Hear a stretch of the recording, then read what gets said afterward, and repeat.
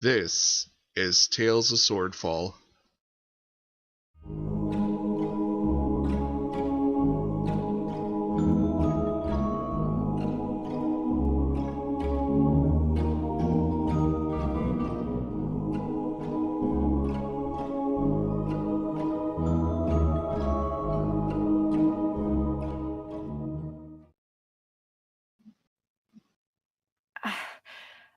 I don't know what you guys want with me, but I didn't mean to interrupt your meeting or whatever. The one in yellow looks at you. The other two sit down. She stands and seems to tower above the bonfire. Child, I think you made a mistake. You called on Ina. Do you not know what we do? No, I don't.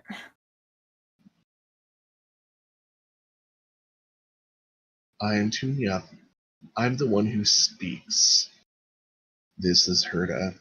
She's the one who watches your blood.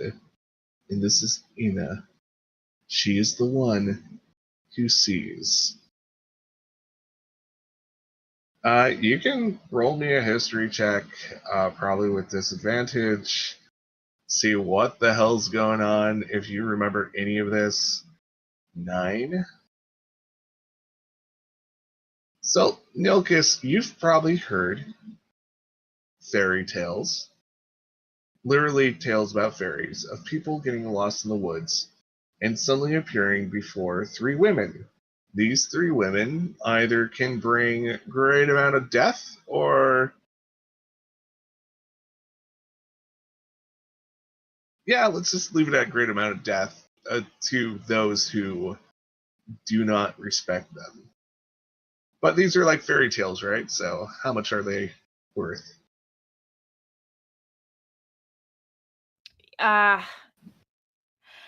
He hates this, but he's gonna kneel down, I guess, and he's just like sweating nervously. He's like, "Look, I'm sorry. Did you need something of me?"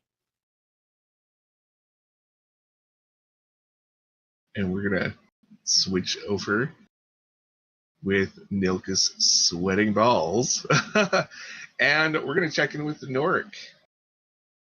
Mm-hmm. Oh yeah. So, Norik, you have a nice room now. Yeah. It's literally on top of the world as far as you're concerned. The bed is comfy enough, especially after years of being out in the woods and making your own like lean-tos and beds out of who knows what. Yeah, definitely a lot of makeshift bedding. Although being small isn't too bad, you know. It's you can kind of curl up and make a little ball, and yeah, it works all right. But this is way more comfortable.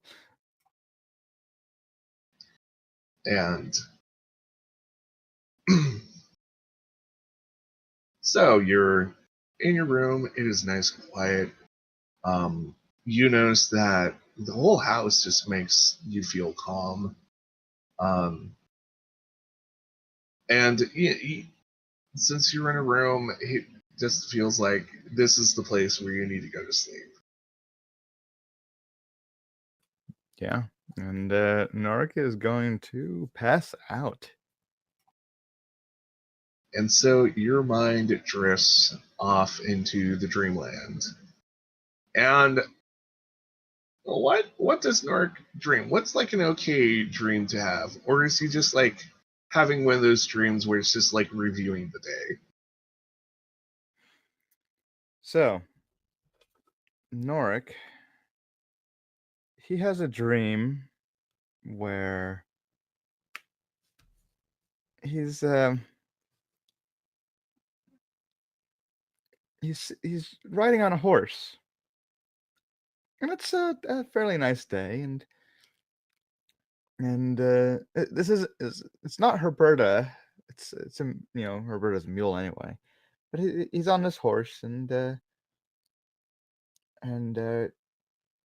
as he's riding down a path, the sun's out, there's trees. It's sort of a lightly wooded area. It's kind of pleasant. It's almost spring-like. It's a nice, calm ride through the woods down a moderately trodden dirt path. He notices the horse feels like it doesn't feel fuzzy though.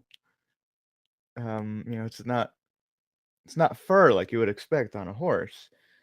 It's it's harder and a little bit cold. And as Norik looks again, he realizes that this is actually a dragon that he's riding. As it's walking down the path, its wings sort of folded up at its side. And it's a sort of deep red in color, and at first he's kind of startled, but then he notices that it hasn't changed its behavior since he thought it was a horse. It's just he's just riding it down this path. The day is still pleasant. The trees are still slowly passing by as the shadows just sort of drift over, and Norik is a little bit unsure of what to do. So he's just sitting there as this about horse-sized young red dragon is just walking down the path with him on his back. And so you're walking down the path. It's very calm. And you feel like a dream portion is about to happen, but then you see Herberta on the side of the road.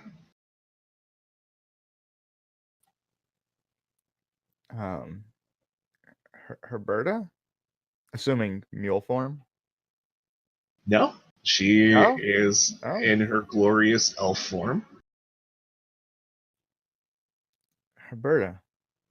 Or No, you can call me Muldra now. Molt? Muldra. And she just Muldra? says it, and her face seems to be very, very happy about saying her own name. You've never seen anybody so happy to say their own name ever.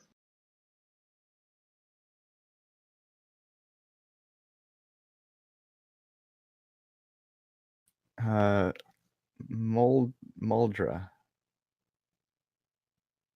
Is Say that it your again. actual name? Just say it again. And she gets closer. The dragon has disappeared at this point. You're just standing there.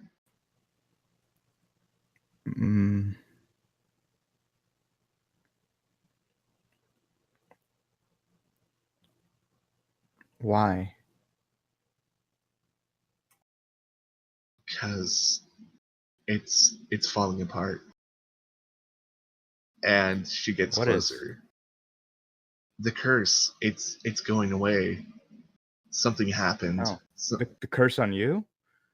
Yes. And that's why you can say your name now. And she suddenly embraces you. Just full on. And Norik is going to also embrace and say, all right, Muldra.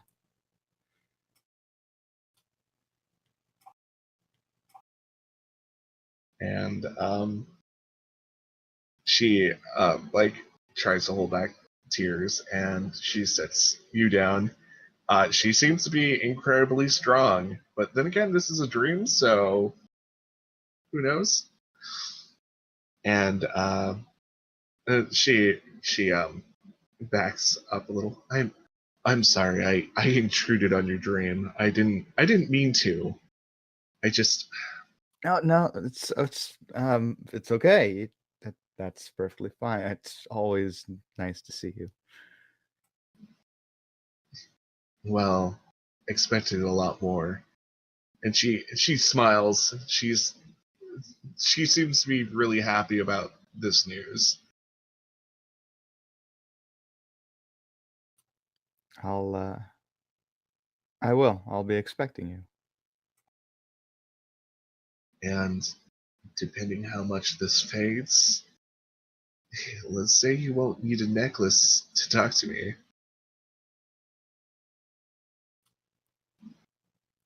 That means, oh, you'd finally be free, huh? You sound a tad sad about that? It's just I'm so it's what I've just gotten used to, and there's so many funny things about just I thought I was buying a mule at a market, and now it's you, and what crazy fortune. I'm looking forward to it. And when I'm finally able to change back into this, and she kind of twirls a little, I can finally get my revenge.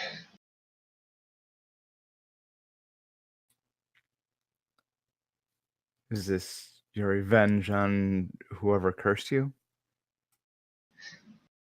Yes, I can finally gain my revenge on. And she tries to say a name, but it just kind of comes out as static, and she looks a little distraught.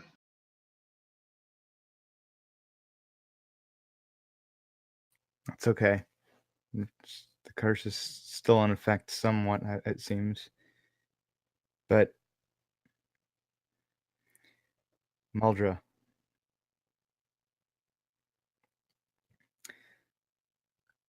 I once heard a wise saying that when you go on a quest for revenge, be prepared to dig many more graves. Be careful. She nods. You've always been wise, Norik. Perhaps I should say it will be a quest to avenge everyone at. And then more static just pours out of her mouth as she tries to say a place name and a few other names. It's okay. We'll get there in time. It's going to take time, but we'll. If this is something that you are so passionate about, I will help. Though I've been doing some thinking, and I don't know if this is the correct route, or if we should even trust these things. But there are others like me who have been trapped in animal form by a very powerful and old curse. And you have the good fortune of. No, this is stupid. And she turns around. Are not all of them? Are some of them perhaps less moral? No, my idea is, it's silly, but you're collecting the puzzle pieces, and it grants you a wish. I've been listening to everything that everyone has been saying about this. As I would expect. Of course, everyone thinks I'm a mule. Convenient in that manner. Yes, but when you can do nothing about it, it's frustrating. Even watching you do some things, I haven't been able to tell you just to stop and think. Stop and think about what? Everything. Just sometimes you get so wrapped up with your companions that you stop thinking. That's besides the point. I was thinking that the puzzle pieces could ultimately stop the curse.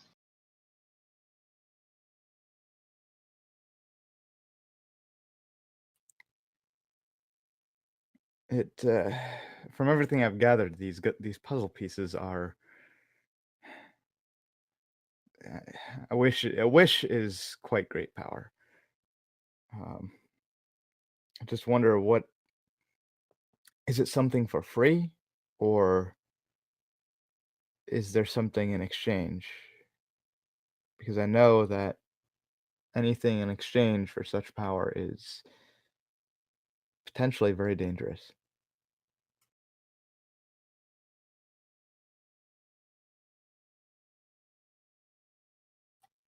As you know, Rayanne has quite a bit of power. However, that focus that she has, there's something about it that is not right. With great power, there is possible side effects that could be negative.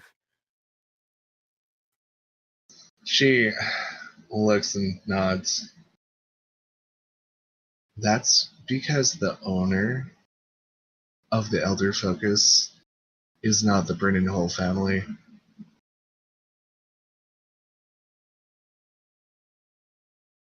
Brennan Hall. The Elf Lord that was being That shocked by it multiple times. that name brings a bit of sour taste to my mouth.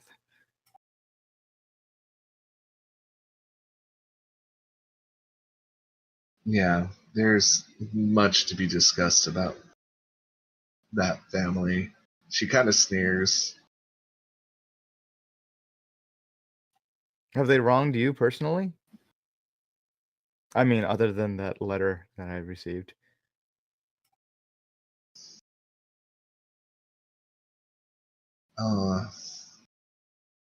There's a history. Nork, do you know how old I am? And she looks at you. She's kind of giving you one of these looks where she's not sure if you'll like the news.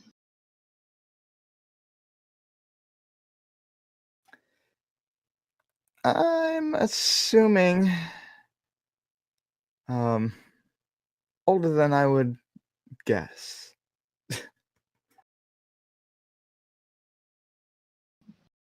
I've seen your town. Well, essentially the foundation of your town's hall be dug. That was quite some A time ago. very, very long time ago. Well, for halflings and humans, but for elves and dwarves, not as long as you think. And she gives you a nervous laugh and look, and she even blushes.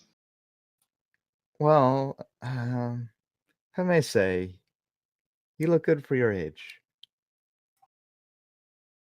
And her blush just gets deeper. Thank you for listening to Tales of Swordfall.